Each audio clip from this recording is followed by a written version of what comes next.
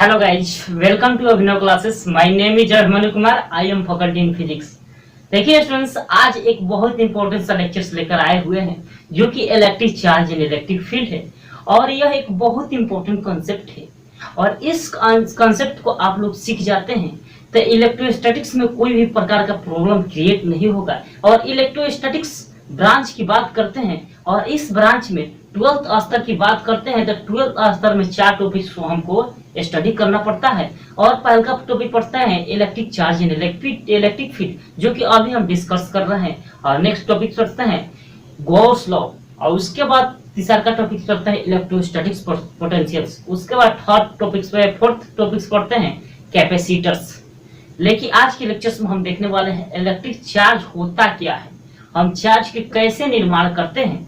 अब देखिए students, simple से वर्ड में समझिए कि दो सबस्टांस को आपस में रबिंग करेंगे तो उसके माध्यम से कुछ फोर्स लगेगा। मान लेते हैं हाथ को हैंडिंग को अपने हाथ से रगड़ रहे हैं यानी रबिंग कर रहे हैं तो इस पर कुछ बल लग रहा है और इसी बल को हम बोलते हैं विद्युत बल यानी इलेक्ट्रिक चार्ज के नाम से जानते हैं, जो कि आज के टॉपिक्स में हम डिस्कस करने वाले हैं।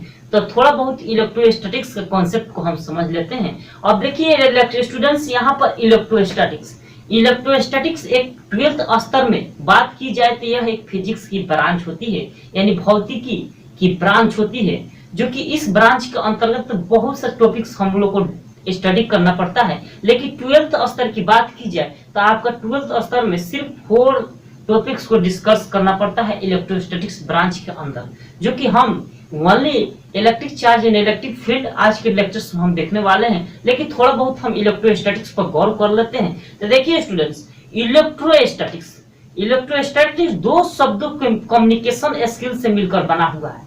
यानी इलेक्ट्रोस्टैटिक्स जो शब्द है वह 2 शब्दों से मिलकर बना हुआ है। एक शब्द होता है उसको 2 शब्द, एक होता है इलेक्ट्रो और दूसरा का होता है स्टैटिक्स। यानी सिंपल से वर्ड में समझिए, इलेक्ट्रोस्टैटिक्स से संधि विच्छेद करेंगे तो क्या होगा, इलेक्ट्रो प्लस स्टैटिक्स। इलेक्ट्रो माने क्या होता है, इलेक्ट्रॉन्स। क्या होता है, इलेक्ट्रॉन्स। और स्टैटिक्स माने क्या होता है, स्टैटिक्स माने होता है स्टेट्स। इलेक्ट्रॉन्स के अंदर क्या होता है, चार्ज। और यहाँ पर स्टेट माने क्या होता है, रेस्ट, यानी ओनली 1 पॉइंट में रेस्ट होना चाहिए। और इलेक्ट्रोस्टैटिक्स टॉपिक्स में जो भी हम चार्ज लेंगे ओनली फॉर रेस्ट में ही लेंगे। तो देखिए यहाँ पर आज के लेक्चर्स में हम देख लेते हैं इलेक्ट्रोस्टैटिक्स। यहाँ पर देखे थे इलेक्ट्रोस्टैटिक्स।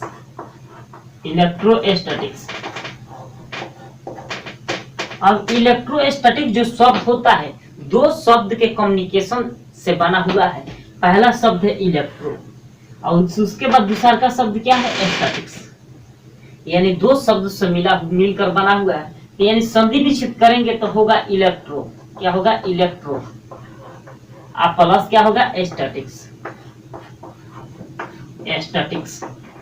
मिलकर क्या बनता है, इलेक्ट्रोस्टैटिक्स।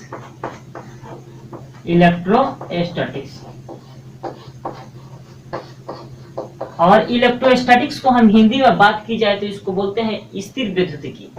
अब देखिए यहाँ पर इलेक्ट्रो माने क्या होता है, इलेक्ट्रॉन। क्या होता है, इलेक्ट्रॉन।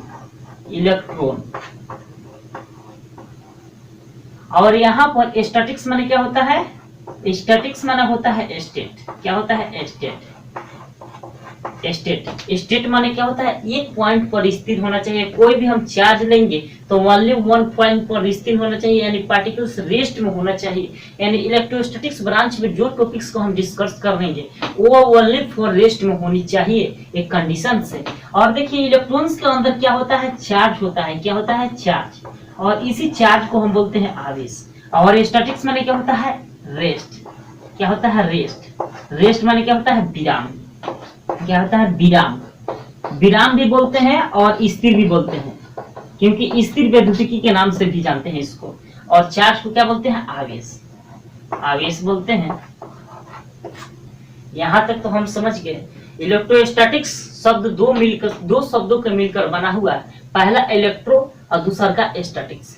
और यहाँ पर इलेक्ट्रो और स्टैटिक्स और इलेक्ट्रो और स्टैटिक दोनों शब्दों को हम जोड़ देंगे तो आपका क्या हो जाएगा, इलेक्ट्रोस्टैटिक्स। और इलेक्ट्रोस्टैटिक्स को हम हिंदी में बोलते हैं स्थिर विद्युतिकी के नाम से जानते हैं। और स्थिर विद्युतिकी और देखिए यहाँ पर इलेक्ट्रॉन माने क्या होता है, इलेक्ट्रॉन्स, यानी इलेक्ट्रॉन माने क्या होता है, इलेक्ट्रॉन, और स्टैटिक्स माने क्या होता है, स्टेट।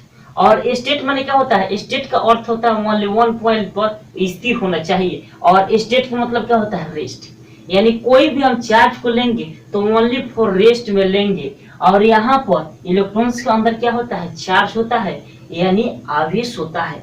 अब देखिए यहाँ पर तो हम फुल फॉर्म तो जान गए, यानी इसका इलेक्ट्रोस्टैटिक्स का तो मतलब जान गए। अब कोई पूछेगा कि इलेक्ट्रोस्टैटिक्स होता क्या है, तो सिंपल से वर्ड में कहेंगे the branch of electrostatics we study about the electron but rest is called electrostatics. यानी स्थिर वैद्युतिकी का वह शाखा जिसमें हम इलेक्ट्रॉन को रेस्ट में अध्ययन करते हैं, तब उसको हम बोलते हैं इलेक्ट्रोस्टैटिक्स। देखिए यहाँ से आप डिफाइन कर सकते हैं, यहाँ पर लिखेंगे, बोलिएगा इलेक्ट्रोस्टैटिक्स का वह शाखा, यानी स्थिर वैद्युतिकी, इसको क्या बोलते हैं हिंदी में, स्थिर वैद्युतिकी। स्थिर वैद्युतिकी का वह शाखा जिसमें इलेक्ट्रॉन को किसमें स्टडी करते हैं, रेस्ट में, तब उसको हम क्या बोलते हैं, इलेक्ट्रोस्टैटिक्स।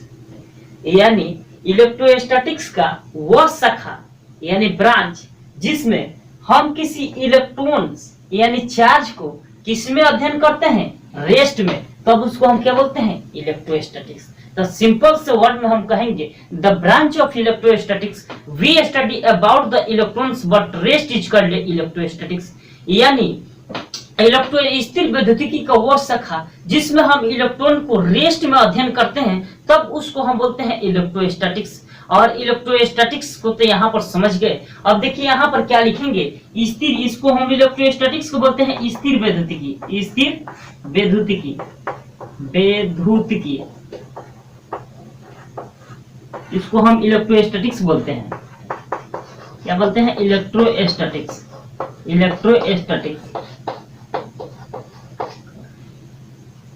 अब लिखेंगे स्थिर वैद्युतिकी का वह शाखा, स्थिर वैद्युतिकी के वह शाखा, वह शाखा जिसमें हम इलेक्ट्रॉन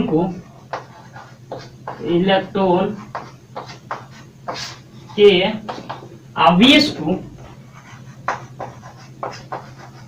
आवेश को विराम या स्थिर में अध्ययन करते हैं,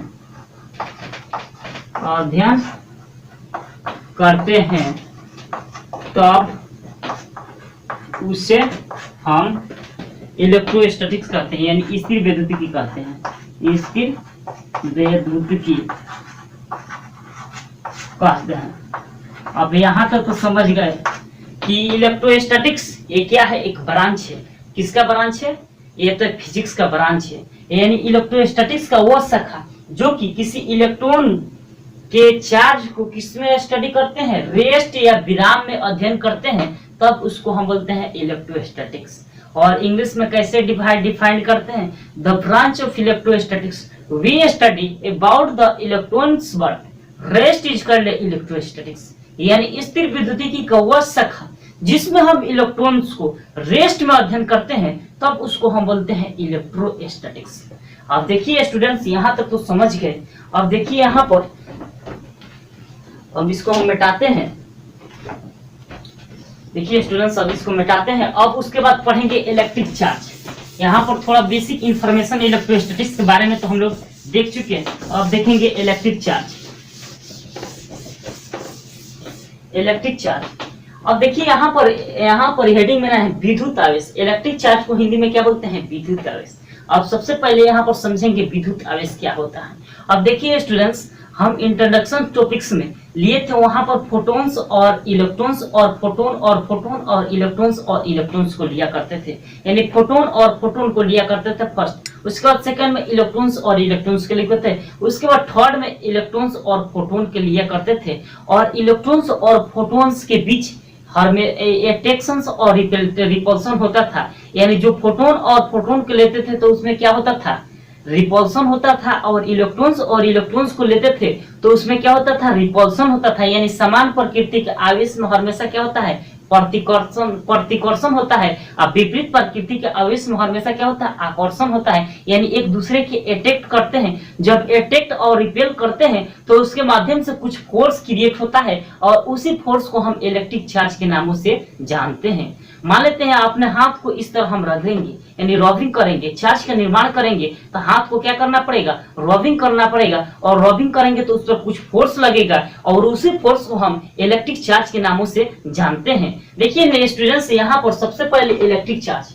और विद्युत आवेश क्या होता है। विद्युत आवेश किसी पदार्थ का वैसा गुण होता है जिसमें बल का अनुभव किया जाता है, तब उसको हम क्या बोलते हैं, विद्युत आवेश। क्योंकि हम फोटोन और फोटोन को लेते थे और उसके बाद इलेक्ट्रॉन्स और इलेक्ट्रॉन्स को लेते थे और उसके बाद थर्ड पॉइंट्स में फोटोन्स और इलेक्ट्रॉन्स के लेते थे, तब उसके बाद प्रतिकर्षण आकर्षण ये ऐसा गुण पाया जाता था और उस पर जो फोर्स क्रिएट होता है और उसी फोर्स को हम बोलते हैं इलेक्ट्रिक चार्ज, यानी विद्युत आवेश के नामों से जानते हैं। तो देखिए स्टूडेंट्स, सबसे पहले यहाँ पर विद्युत आवेश क्या होता है। विद्युत आवेश किसी पदार्थ का वैसा गुण होता है जिसमें विद्युत बल का अनुभव किया जाता है, उसको विद्युत आवेश किसी पदार्थ का वैसा गुण होता है जिसमें आकर्षण तथा प्रतिकर्षण बल का अनुभव किया जाता है, तब उसको हम विद्युत आवेश कहते हैं। अब देखिए स्टूडेंट्स, यहाँ पर लिखेंगे विद्युत आवेश किसी पदार्थ का ऐसा गुण है, लिखेंगे विद्युत आवेश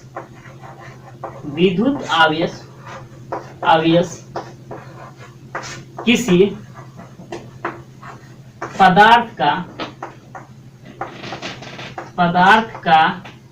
वैसा गुण है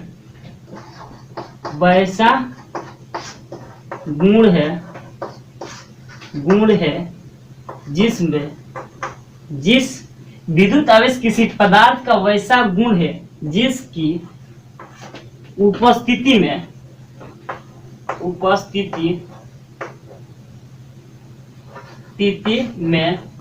बल का अनुभव किया जाता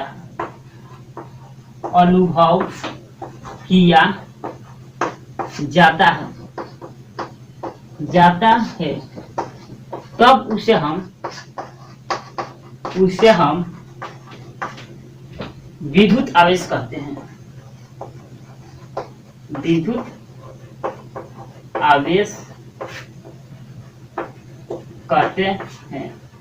अब देखिए स्टूडेंट्स, यहाँ पर तो देख लिए विद्युत आवेश क्या होता है। विद्युत आवेश किसी पदार्थ का वैसा गुण होता है जिसके उपस्थिति में किसी पर बल का अनुभव किया जाता है, तब उसी बल को हम विद्युत आवेश के नामों से जानते हैं।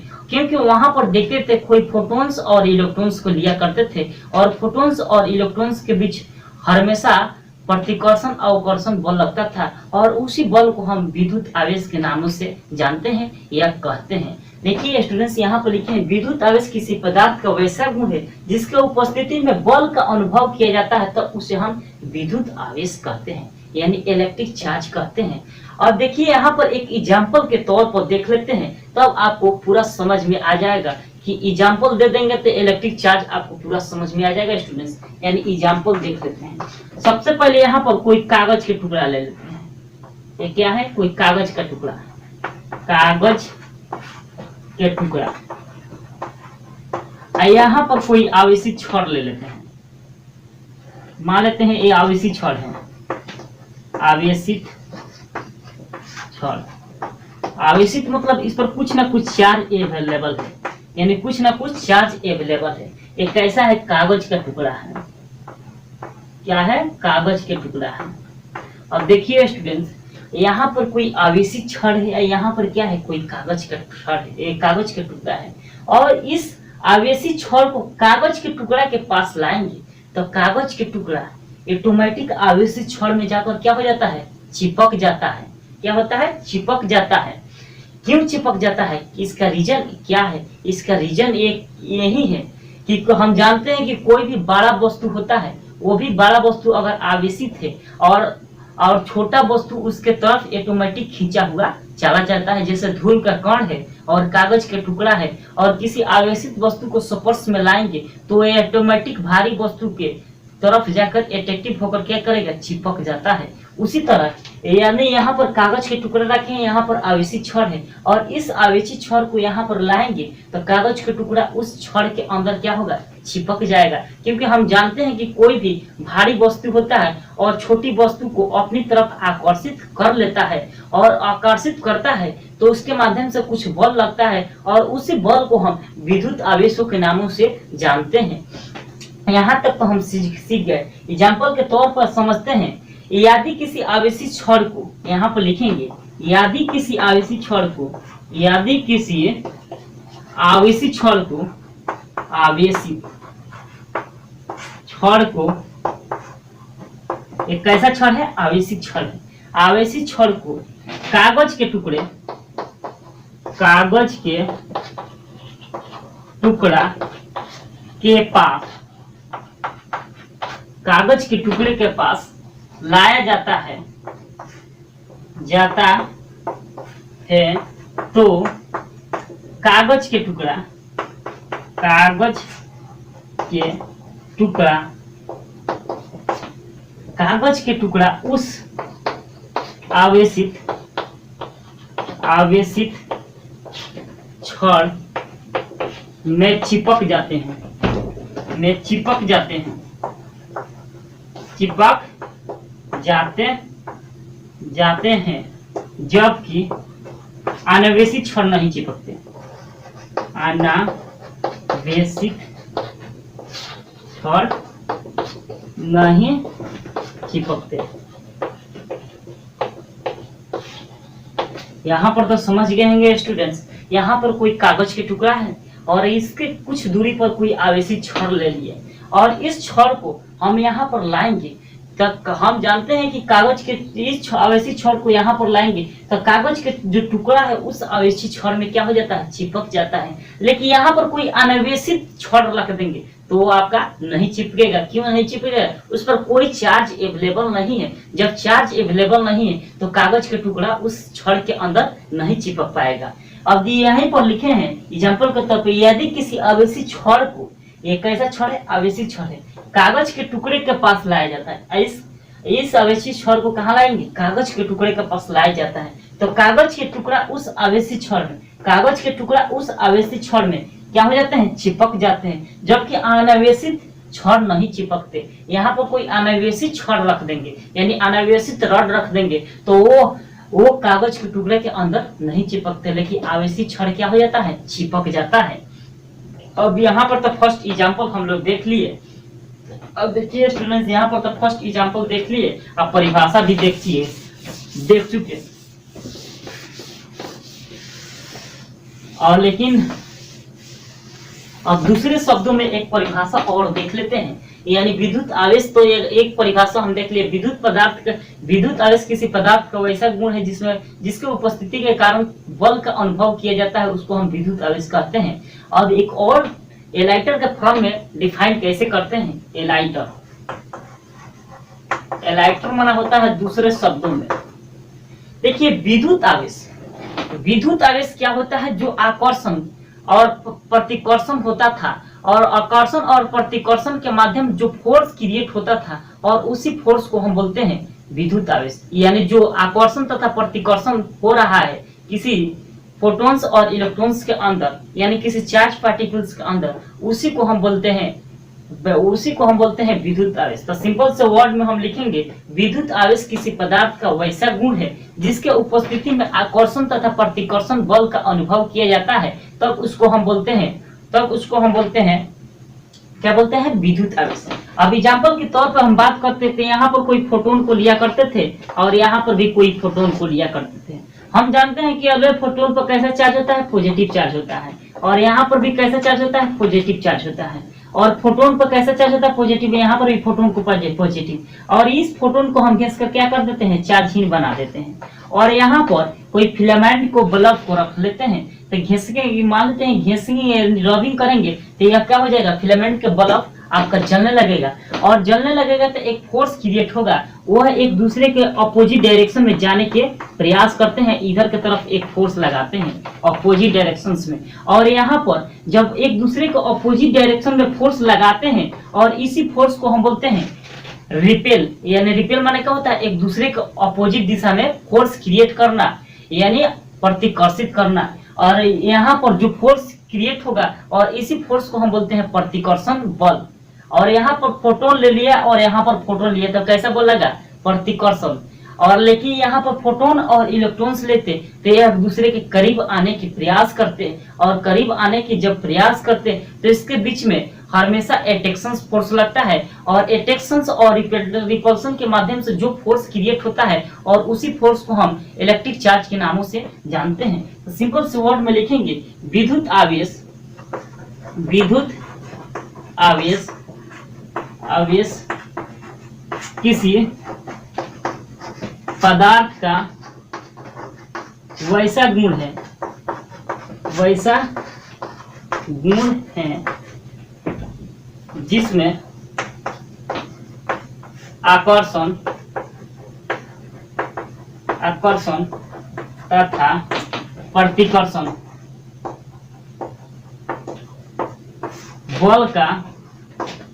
बल का अनुभव किया जाता है, अनुभव किया जाता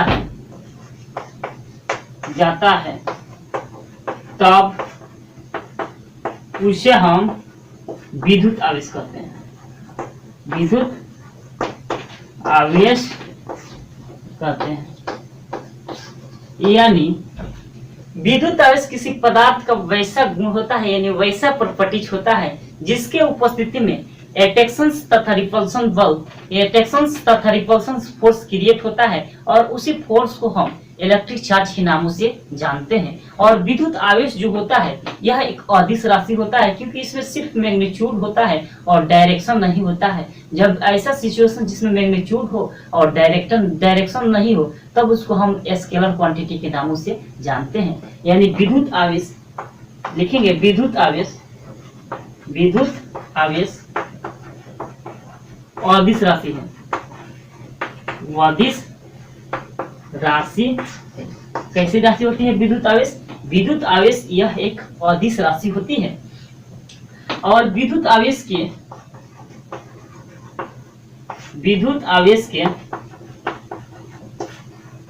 ये सही मात्रा क्या होता है? कूलम होता है, कूलम होता है। क्या होता है? कूलम होता है। कूलम एक साइंटिस्ट का नाम है, वो साइंटिस्ट के नाम पर ही पड़ा कूलम, क्योंकि आवेश के ये सही मात्रा क्या होता है? कूलम होता है। अब देखिए स्टूडेंट्स, यहाँ तक तो हम समझ गए कि आवेश के सही मात्रा क्या होता है? कूलम होता है। अब देखिए यहाँ पर मात्रक और डायमेंशंस की बात नहीं करते हैं, उसके बाद यहाँ पर देख लेते हैं फॉर्मूला की उत्पत्ति कैसे करते हैं, electric charge and electric field. लेकिन उससे पहले हम देख लेते हैं विद्युत आवेश कितने प्रकार का होता है। विद्युत आवेश आपका दो प्रकार का होता है, यानी आवेश, विद्युत आवेश दो प्रकार का होता है, दो प्रकार के होता है। कितने प्रकार का होता है? दो प्रकार का होता है। एक को बोलते हैं धनात्मक आवेश, धनात्मक आवेश। क्या बोलते हैं स्टूडेंट्स? धनात्मक आवेश। और दूसरा का क्या बोलते हैं? ऋणात्मक आवेश, ऋणात्मक आवेश। और इस धनात्मक आवेश को हम पॉजिटिव चार्ज भी बोलते हैं, और इस ऋणात्मक को उसको निगेटिव चार्ज भी बोलते हैं। अब देखिए यहाँ पर विद्युत आवेश कितने प्रकार का होता है? दो प्रकार का होता है। क्योंकि यह दो प्रकार का होता है, यह बेंजामिन फ्रैंकलिन के द्वारा दिया गया निष्कर्ष से, क्योंकि वही बताए थे जो कि अमेरिका के रहने वाले थे कि आवेश होता है दो प्रकार का होता है, एक धनात्मक आवेश होता है और दूसरा का ऋणात्मक आवेश होता है। अब देखिए यहाँ पर देखने वाले हैं धनात्मक आवेश किसको बोलते हैं और ऋणात्मक आवेश किसको बोलते हैं। देखिए स्टूडेंट्स, यहाँ पर देखने वाले हैं धनात्मक आवेश। पहले देखेंगे धनात्मक आवेश, धनात्मक आवेश। देखिए धनात्मक आवेश किसको बोलते हैं? धनात्मक आवेश उसके बोलते हैं जो कि किसी इलेक्ट्रॉनों को सामान्य अवस्था में अधिकता को कमी को दर्शाता है, तब उसको हम धनात्मक आवेश बोलते हैं। तो लिखेंगे यदि किसी यदि किसी धनात्मक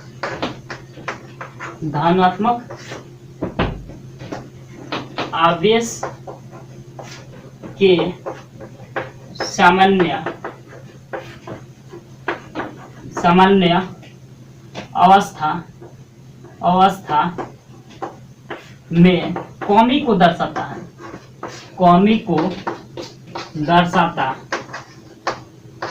दर्शाता है तब उसे हम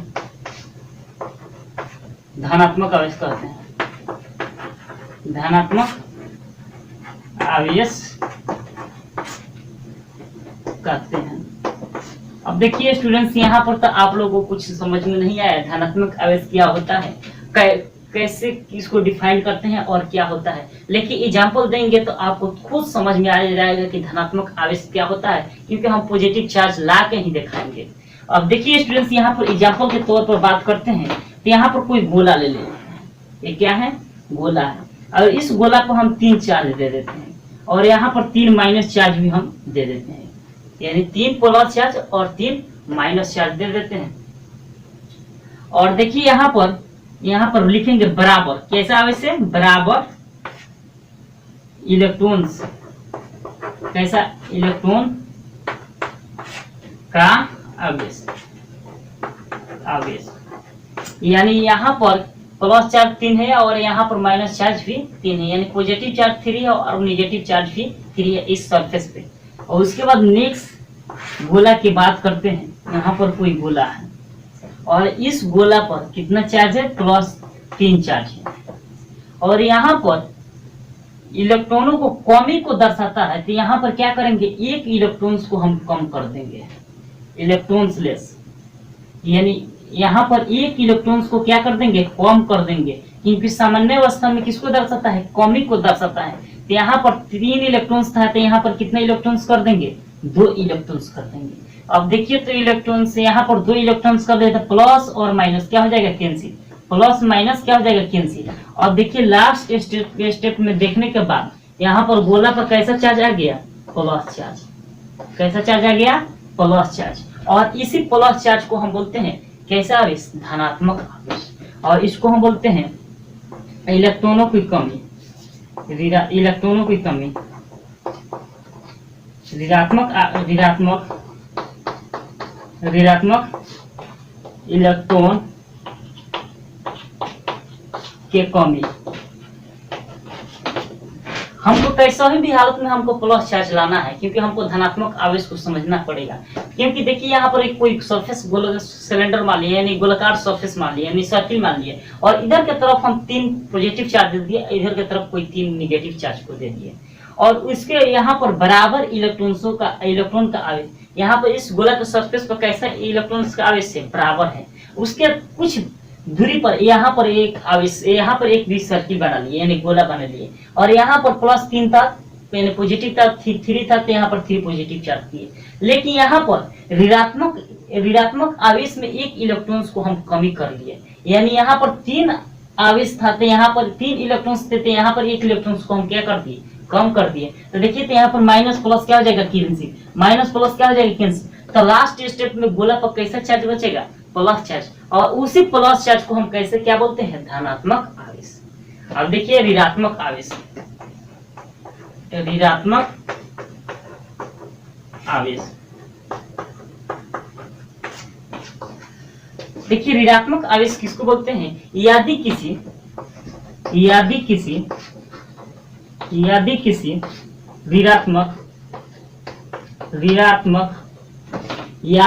ऋणात्मक आवेश के सामान्य अवस्था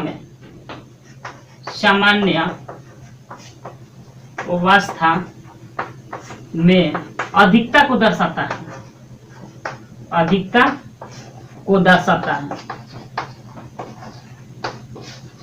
है, तब उसको हम क्या बोलते हैं? ऋणात्मक आवेश। मान लेते हैं यहाँ पर कोई एग्जाम्पल के तौर पर बात की जाती है। यहाँ पर फर्स्ट एग्जाम्पल, यहाँ पर कोई गोला लिए, इस गोला पर 3 पॉजिटिव चार्ज दे दिए और इधर की तरफ 3 नेगेटिव चार्ज दे दिए। उसके बाद कुछ डिस्टेंस पर एक और गोला बनाया और इधर की तरफ कितना charge, positive charge, 3 positive charge दे दिए। और यहाँ पर कितना मान लेते हैं, यहाँ पर अधिकता को दर्शाता है, यानी एक धनात्मक आवेश को हम क्या कर देंगे, ये ऋणात्मक आवेश को अधिक कर देंगे। अब देखिए तो यहाँ पर माइनस प्लस क्या हो जाएगा, कैंसिल, माइनस प्लस क्या हो जाएगा, कैंसिल, और माइनस प्लस क्या हो जाएगा, कैंसिल। यानी ऋणात्मक आवेश के एक क्या कर दिए, इंक्रीज कर दिए वैल्यू, यानी यहाँ पर 3 था तो यहाँ पर क्या कर दिए 4। अब लास्ट स्टेप में यहाँ पर देखेंगे कि यहाँ पर इस सर्किल पर कैसा चार्ज बचा हुआ है, माइनस चार्ज, और इसी माइनस चार्ज को हम क्या बोलते हैं, ऋणात्मक आवेश के नाम से जानते हैं। अब यहाँ तक के लेक्चर हम जान गए, समझ गए होंगे शायद। यहाँ पर क्या करेंगे, धनात्मक आवेश में एक इलेक्ट्रॉनों को कमी कर देंगे, और उसके बाद जो गोला के सरफेस पर जो चार्ज आएगा उसी चार्ज को हम बोलते हैं पॉजिटिव चार्ज। और यहाँ पर ऋणात्मक चार्ज में क्या करेंगे, एक इलेक्ट्रॉन्स को हम बढ़ा देंगे, और उसके बाद जो गोला के सरफेस पर जो चार्ज आएगा निगेटिव चार्ज, और उसी निगेटिव चार्ज को हम ऋणात्मक आवेश के नाम से जानते हैं। और देखिए यहाँ पर तो समझ गए। अब देखते हैं विद्युत आवेश की व्युत्पत्ति। विद्युत आवेश की व्युत्पत्ति, विद्युत आवेश के व्युत्पत्ति, यानी जो चार्ज का फॉर्मूला के डेरिवेशंस करते हैं वो कैसे करते हैं, वो आज के लेक्चर में हम देखेंगे। यानी विद्युत आवेश के व्युत्पत्ति, विद्युत आवेश के व्युत्पत्ति, व्युत्पत्ति, यानी इसको हिंदी में इंग्लिश में बोलते हैं डेरिवेशंस ऑफ इलेक्ट्रिक चार्ज, यानी डेरिवेशंस कैसे करते हैं इलेक्ट्रिक चार्ज को। लेकिन इस इलेक्ट्रिक चार्ज को समझने के लिए थोड़ा बहुत इलेक्ट्रिक करंट के कॉन्सेप्ट को यूज करेंगे। अब देखिए स्टूडेंट्स, हम जानते हैं कि यहाँ पर मान लेते हैं सपोज डेट यहाँ पर आवेश को किससे सूचित करते हैं, क्यू द्वारा सूचित करते हैं। मान लेते हैं यहाँ पर कोई चालक तार है, यहाँ पर क्या है, कोई चालक तार है। एक कैसा तार है, ये चालक तार है, इसको बोलते हैं conductor of wire, conductor of wire, क्या बोलते हैं, कंडक्टर ऑफ वायर, इसको हिंदी में बोलते हैं चालक तार। और इस कंडक्टर ऑफ वायर के अंदर हम मान लेते हैं क्यू चार्ज हम दे दिए। कितना चार्ज दिए, क्यू चार्ज दिए। कितना चार्ज दिया है, क्यू चार्ज दिए है। और मान लेते हैं सपोज दैट इस कंडक्टर माने क्या होता है, जिसमें इलेक्ट्रिक चार्ज फ्लो कर सके उसको बोलते हैं कंडक्टर। जैसे तांबा, एल्युमिनियम, कॉपर के तारे जो होती है वो सारी तारे कंडक्टर कहलाती है। जिसमें हम इलेक्ट्रिक करंट को फ्लो कर सके उसको हम बोलते हैं कंडक्टर। यही कोई कंडक्टर है और इस कंडक्टर के अंदर हम क्यू चार्ज को हम दे दिए। अब यहाँ पर हम क्यू चार्ज दिए और यहाँ तक करंट को आने में कुछ समय लगेगा। मान लेते हैं यहाँ पर कितना समय लगेगा, टी समय लगेगा। कितना समय लगेगा, टी समय लगेगा। अब यहाँ पर थोड़ा बहुत समझ लेते हैं। मान लेते हैं बोर्ड है और उस बोर्ड को मान लेते हैं, उस बोर्ड पर हम मान लेते हैं क्यू चार्ज देते हैं। तो मान लेते हैं फैन तक लाइट को आने में कुछ समय लगता होगा। सेम उसी तरह समझेंगे। मान लेते हैं आपका बोर्ड है, बोर्ड से टोटल लाइट कनेक्टेड है या फैन कनेक्टेड है और उस स्विच को हम जैसे ही ऑन करेंगे तो लाइट को यानी चार्ज को फैन या बल्ब तक कुछ आने में कुछ समय लगता है, यानी टी समय लगता है। यानी यहाँ पर तार को हम क्यू चार्ज दिए तो यहाँ तक आने में चार्ज को कितना समय लगेगा, टी समय लगेगा। अब यहाँ पर इलेक्ट्रिक करंट आई बराबर हम जानते हैं क्यू आवेश में उपस्थित आवेश कितना है, टी है। कितना आवेश है, टी है। तो यानी आई विद्युत धारा में उपस्थित आवेश क्या हो जाएगा, क्यू बाई। एक मिनट देखिए, यहाँ पर टी समय में उपस्थित आवेश क्या है, क्यू है, क्योंकि टी समय में उपस्थित आवेश क्या है, कंडक्टर ऑफ वायर पर टी है। अब यहाँ पर 1 समय में उपस्थित आवेश क्या हो जाएगा, क्यू बाई टी। अब इलेक्ट्रिक करंट का किसको सूचित करते हैं, आई द्वारा सूचित करते हैं। तो आई बराबर क्या हो जाएगा, क्यू बाई टी। तो आई करंट में उपस्थित आवेश कितना हो जाएगा, क्यू बाई टी। इतना तो हम समझ गए। एक बार और समझ लेते हैं। यानी कंडक्टर ऑफ वायर के अंदर हम कौन सा चार्ज दे रहे हैं, क्यू चार्ज दे रहे हैं। और यहाँ पर हम क्यू चार्ज दे रहे हैं तो यहाँ तक आने में चार्ज को कुछ समय लगेगा, यानी टी समय लगेगा। एग्जाम्पल के तौर पर हम बात करते हैं। मान लेते हैं कोई फैन है और उस फैन किसी इलेक्ट्रिक बोर्ड से कनेक्टेड है और वहां पर उस इलेक्ट्रिक बोर्ड में हम क्यू चार्ज को हम देते हैं। तो वहां पर क्यू चार्ज को देते हैं, आपका फैन तक लाइट को चार्ज को आने में कुछ समय लगता होगा। और उसी उसी तरह यहाँ पर क्यू चार्ज को यहाँ पर दे रहे थे, यहाँ तक लाइट यानी चार्ज को आने में कितना समय लग रहा है, टी समय लग रहा है। तो टी समय में कितना आवेश उपस्थित है, क्यू, यानी टी समय में कितना उपस्थित है, क्यू। वन टाइम में उपस्थित आवेश क्या हो जाएगा, क्यू बाई टी। और आई करंट में उपस्थित आवेश क्या हो जाएगा, क्यू बाई टी। यानी विद्युत धारा का तो फॉर्मूला यहाँ पर आ गया। अब देखिए यहाँ पर समझ लेते हैं थोड़ा बहुत। अब आई को क्या बोलते हैं, आई को बोलते हैं विद्युत धारा। क्या बोलते हैं, विद्युत धारा। विद्युत धारा के ए सही मात्रा क्या होता है, एम्पियर। एम्पियर को ए द्वारा निरूपित करते हैं। और कंडक्टर ऑफ वायर को बोलते हैं चालक तार। और यहाँ पर क्यू को क्या बोलते हैं, आवेश। आवेश के ए सही मात्रा क्या होता है, कूलम। और टी को क्या बोलते हैं, समय। क्या बोलते हैं, समय। और समय के क्या होता है, सेकेंड। क्या होता है, सेकेंड। अब यहाँ तक तो देख लिए स्टूडेंट्स। अब यहाँ पर हमको क्या चीज का वैल्यू चाहिए, क्योंकि हम जानते हैं कि विद्युत आवेश को किससे सूचित करते हैं, क्यू द्वारा। तो यहाँ पर लिखेंगे विद्युत आवेश को क्यू द्वारा सूचित किया जाता है, सूचित किया जाता है। अब यहाँ पर क्यू का मान नहीं निकल जाएगा, यहाँ पर कुछ नहीं तो क्या मानते हैं, 1। अब क्यू बराबर क्या हो जाएगा, आई टी। अब देखिए तो यहाँ पर आवेश बराबर कितना पढ़ेंगे, क्यू बराबर आई टी। अब इस फॉर्मूला के हम आवेश के तौर पर उपयोग करेंगे, यानी क्यू बराबर आई टी। जहाँ आई को क्या बोलते हैं, विद्युत धारा यानी इलेक्ट्रिक करंट। और इलेक्ट्रिक करंट के एसआई यूनिट क्या होता है, एम्पियर। और क्यू को क्या बोलते हैं, इलेक्ट्रिक चार्ज। और इलेक्ट्रिक चार्ज के एसआई मात्रा क्या होता है, कूलम होता है। और टी को क्या बोलते हैं, समय। और समय के क्या होता है, सेकेंड होता है। और यहाँ तक तो देख चुके क्योंकि क्यू का फॉर्मूला क्या गया, आवेश बराबर आई टी। यानी फॉर्मूला का एप्लीकेशन जान गए। जब एप्लीकेशन हम जान गए तो यूनिट और डायमेंशंस भी निकाल सकते हैं। अब देखिए यहाँ पर यूनिट एंड डायमेंशंस निकालते हैं स्टूडेंट्स। यहाँ तो फॉर्मूला के डेरिवेशंस तो देख चुके कि फॉर्मूला आवेश का क्या होता है और कैसे आता है और क्यों आता है, इसका main purpose and main reason क्या है, यहाँ तक तो समझ गए। अब देखिए स्टूडेंट्स यहाँ पर विद्युत आवेश के ये सही मात्रक देख लेते हैं। और विद्युत आवेश के ये सही मात्रक तथा बीमा के लिखें।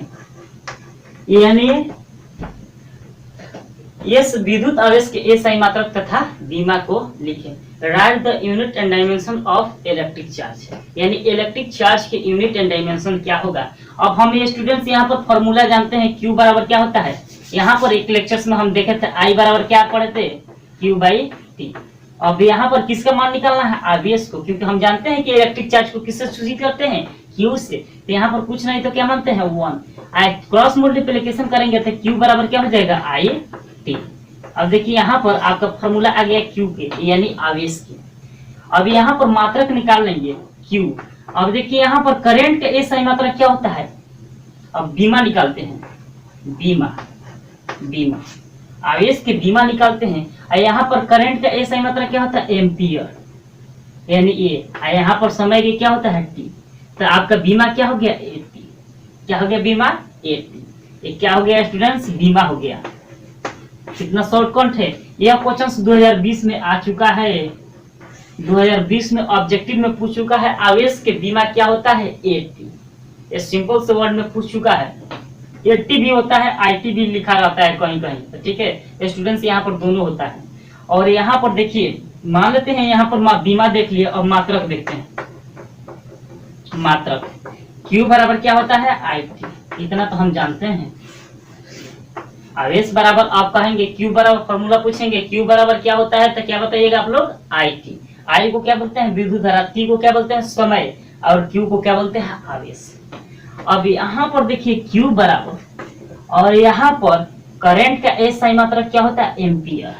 यहाँ पर एम्पियर। और यहाँ पर समय के टाइम के एसआई मात्रक क्या होता है, समय के एसआई मात्रक क्या होता है, सेकेंड। क्या होता है, समय के एसआई मात्रक क्या होता है, सेकेंड।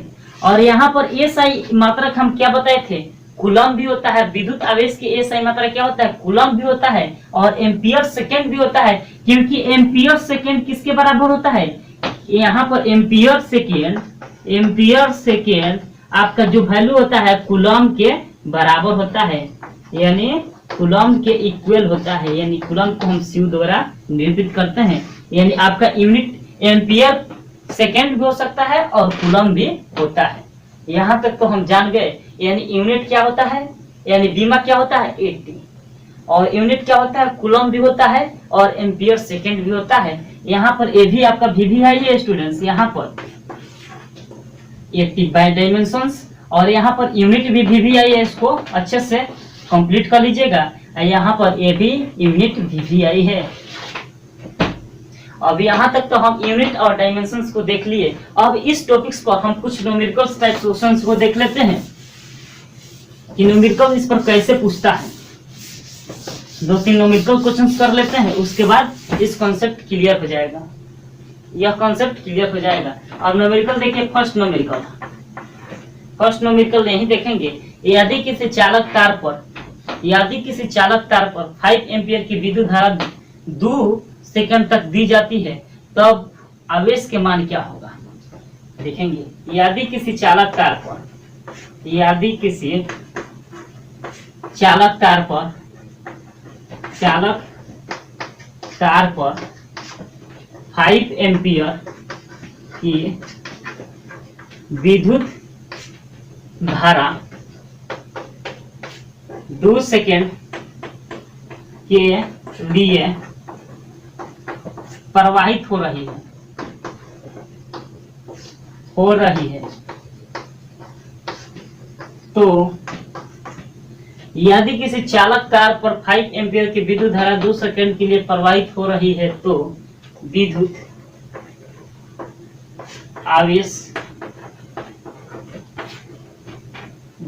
आवेश के मान उस तार पर क्या होगा, यानी इलेक्ट्रिक चार्ज के वैल्यू क्या होगा उस कंडक्टर ऑफ वायर पे। यानी देखेंगे दिया गया है। अब आपका सवाल में क्या क्या दिया गया है, यहाँ पर देखने के बाद पता लग रहा है कि यानी किसका एसआई यूनिट एम्पियर होता है, यानी करंट का एसआई मात्रा क्या होता है, एम्पियर। यानी आई का मान कितना दिया है, 5 एम्पियर, तो यहाँ पर लिखेंगे 5 एम्पियर। यानी समय के मान किसका यूनिट क्या होता है, सेकेंड, यानी समय का यूनिट क्या होता है, सेकेंड। यानी टी का मान कितना दिया है, 2 सेकेंड। अब स्टूडेंट्स यहाँ पर क्यू का मान कितना दिया है, क्यू बराबर वाट, यानी नहीं दिया है। तो क्यू बराबर हम क्या जानते हैं, फॉर्मूला क्यू बराबर एक होता है IT। अब देखिए यहाँ पर करंट का वैल्यू कितना है, 5 एम्पियर, 5, और समय के वैल्यू कितना है, 2। तो यहाँ पर गुणा करेंगे तो क्या हो जाएगा, 5 दूना 10। यहाँ पर आवेश का एसआई मात्रा क्या होता है, कूलम, यानी उस कंडक्टर ऑफ वायर के ऊपर कितना कूलम का आवेश देना पड़ेगा, 10 कूलम का आवेश देना पड़ेगा। अब देखिए यहाँ पर तो देख चुके एक क्वेश्चन, अब एक क्वेश्चन और देख लेते हैं। ये बहुत नॉर्मल सा क्वेश्चन से स्टूडेंट, सबसे नॉर्मल सा क्वेश्चन से स्टार्ट किए हैं। अब एक क्वेश्चन और देख लेते हैं, दूसरा का क्वेश्चन। यदि किसी चालक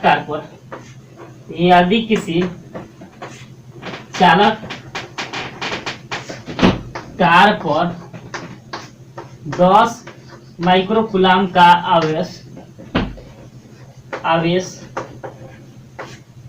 दिया जाता है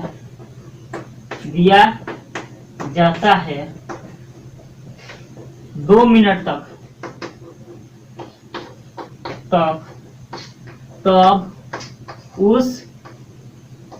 उस चालक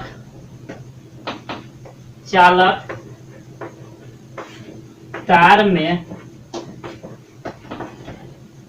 कितना एम्पियर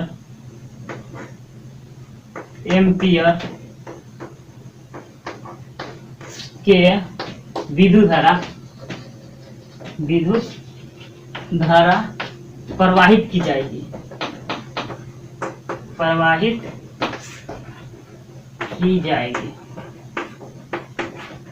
अब देखिए स्टूडेंट्स, ये सवाल में सबसे पहले यहाँ पर देखेंगे, यदि कंडक्टर ऑफ वायर पे कितना माइक्रोकूलम का आवेश दे रहा है, 10 माइक्रोकूलम पर। यानी आवेश का एसआई मात्रा क्या होता है, आवेश का एसआई मात्रा क्या होता है, कूलम। यानी क्यू का वैल्यू दिया गया है, लिखेंगे दिया गया है। यहाँ पर Q का वैल्यू कितना दिया है 10 माइक्रोकूलम। अब हम जानते हैं कि 1 माइक्रोकूलम बराबर क्या होता है 10 के पावर -6 होता है, और 10 माइक्रोकूलम बराबर क्या हो जाएगा 10 गुणे 10 के पावर -6। और समय के मान कितना दिया है T का मान 2 मिनट, कितना दिया है 2 मिनट। और यहाँ पर 2 मिनट दिया है, और मिनट के किस में हम चेंज करते हैं सेकेंड में चेंज करेंगे। तो हम जानते हैं 1 मिनट में कितना सेकंड होता है 60 सेकंड, तो 2 मिनट में कितना सेकंड हो जाएगा 120 सेकंड। और यहाँ पर Q और T का मान दिया है तो I का मान नहीं निकल जाएगा, I बराबर क्या होता है Q बटा T। अब देखिए यहाँ पर Q का मान कितना आया है 10 गुणे, यही आया है 10 गुणे 10 के पावर -6, और यहाँ पर T का मान कितना है 120, और यहाँ पर कटाएंगे तो कितना हो जाएगा 1/10 के पावर -6, अब बट्टा में क्या हो जाएगा 12, 12 के 120। और यहाँ पर विद्युत धारा की सही मात्रा क्या होता है एम्पियर होता है, तो यहाँ पर क्या लिख देंगे एम्पियर, तो ऐसा हो जाएगा। अब देखिए यहाँ पर तो दूसरा का क्वेश्चन देख लिए, अब तीसरा का क्वेश्चन पे चलते हैं। तीसरा का क्वेश्चन पे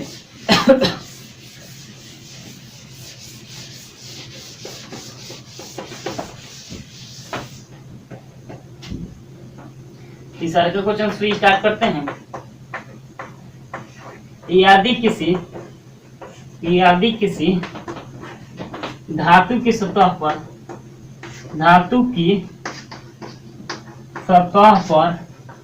यदि किसी धातु की सतह पर 20 मिली कूलम 20 मिली एम्पियर की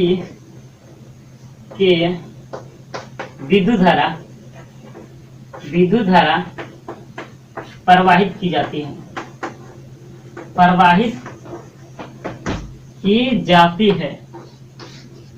तो यदि किसी धातु की सतह पर 20 मिली एम्पियर की विद्युत धारा प्रवाहित की जाती है 1 घंटा तक,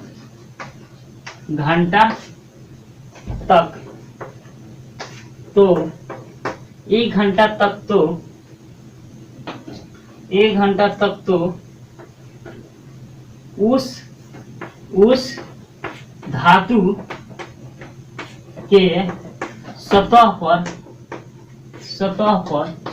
उस धातु के सतह पर कितना एम्पियर के